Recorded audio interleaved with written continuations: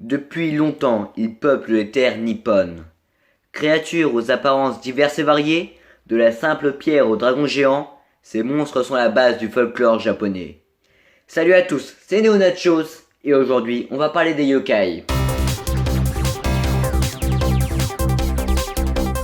Qu'est-ce qu'un yokai? Les yokai sont des créatures issues du folklore japonais. Le nom de yokai est composé de deux kanji, des signes permettant d'écrire le japonais, signifiant respectivement attirant, ensorcelant ou calamité, et apparition, mystère, méfiant. Ils ont des apparences très variées et représentent souvent les tracas quotidiens ou inhabituels. Ils vivent dans tout le Japon, de Hokkaido à Okinawa. C'est durant la période Edo, de 1600 à 1860, que les yokai connaîtront leur âge d'or. De nombreux artistes de cette époque les ont représentés sur des estampes. Kappa, créature à l'apparence de tortue et de grenouille, faisant la taille d'un enfant et possédant une assiette sur la tête, le kappa, aussi appelé kawazo, est un yokai aquatique. Présent dans tout le Japon, ces créatures des cours d'eau passent leur temps à essayer de noyer les passants, et on dit même qu'après avoir tué sa victime, il lui retirerait les entrailles par le trou du cul pour en extraire le shitakodama, un organe fictif situé dans l'anus. On dit aussi qu'il se nourrit de foie humain. Il s'attaque aussi aux enfants, aux vaches et aux chevaux. Pour vous éviter de vous faire tuer, essayez de l'amadouer avec un concombre, son légume préféré.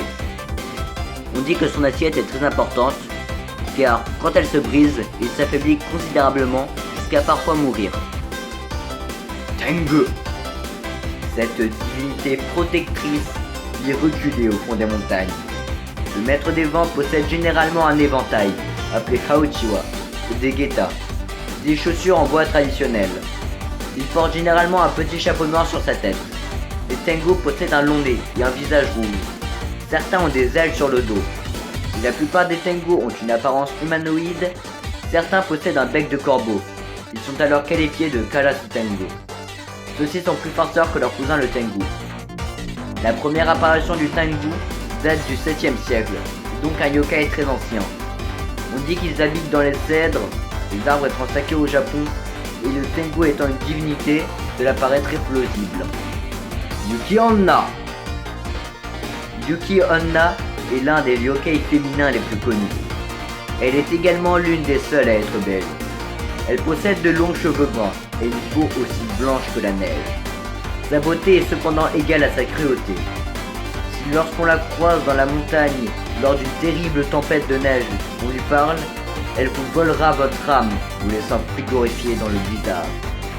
Cependant, il lui arrive de ne pas tuer les gens qu'elle rencontre, mais cela reste très rare. Ce yokai fait donc froid dans le dos. Tu as compris? Froid, glace, blague. Bon, j'avoue, elle était nulle. Bref, on date la première apparition de ce yokai au XVIe siècle.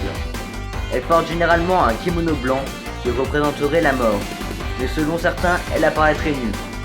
Vu que c'est un yokai, elle lévite au-dessus du sol, elle ne laisse donc aucune trace de pas dans la neige. Kamaitachi.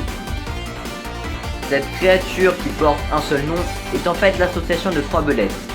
On dit qu'il apparaît sur les routes dans une puissante bourrasque. La victime de ce yokai trébuche alors, mais ne ressent rien de particulier. Il a en fait de profondes plaies, mais il ne s'en aperçoit pas. Cette personne a été victime du Kamaitachi. La première belette l'a fait tomber, le second l'a lacéré avec ses griffes, et le troisième lui a appliqué un baume, d'où l'absence de douleur. Dans la région du village de Kurosaka, le Kamaitachi ne s'attaque qu'aux gens qui trébuchent. Il faut aller faire très attention où l'on met ses pieds lorsqu'on passe dans ce coin. Futakuchi Onna. Futakuchi Onna est un autre yokai féminin, mais contrairement à Yuki Onna, elle est monstrueuse. Si en apparence elle ressemble à une femme normale, elle possède en fait deux bouches, une située au milieu du visage comme n'importe quel être humain, et une autre à l'arrière du crâne. Lorsqu'elle mange, elle utilise ses cheveux pour nourrir sa seconde bouche. Cette seconde bouche est d'ailleurs un fardeau.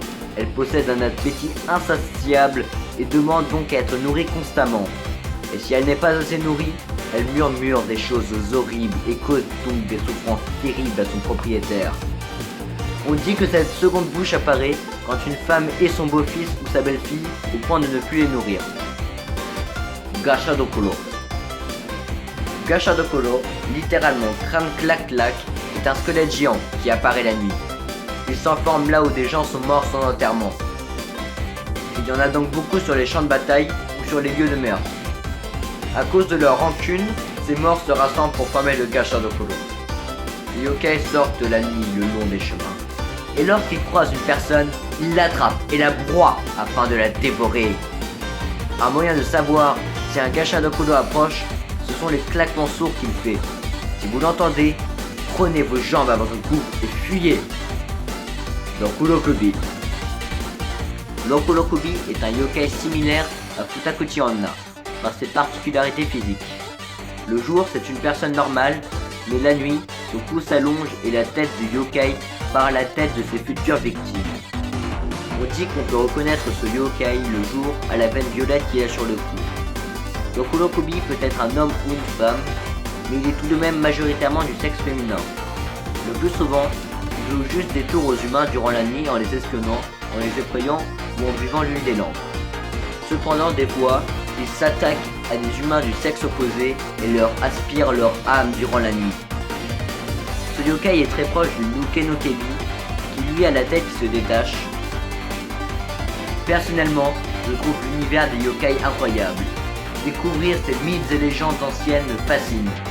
Ils permettent de découvrir une des nombreuses facettes de l'ancien Japon, et ainsi donnent la possibilité de mieux le comprendre.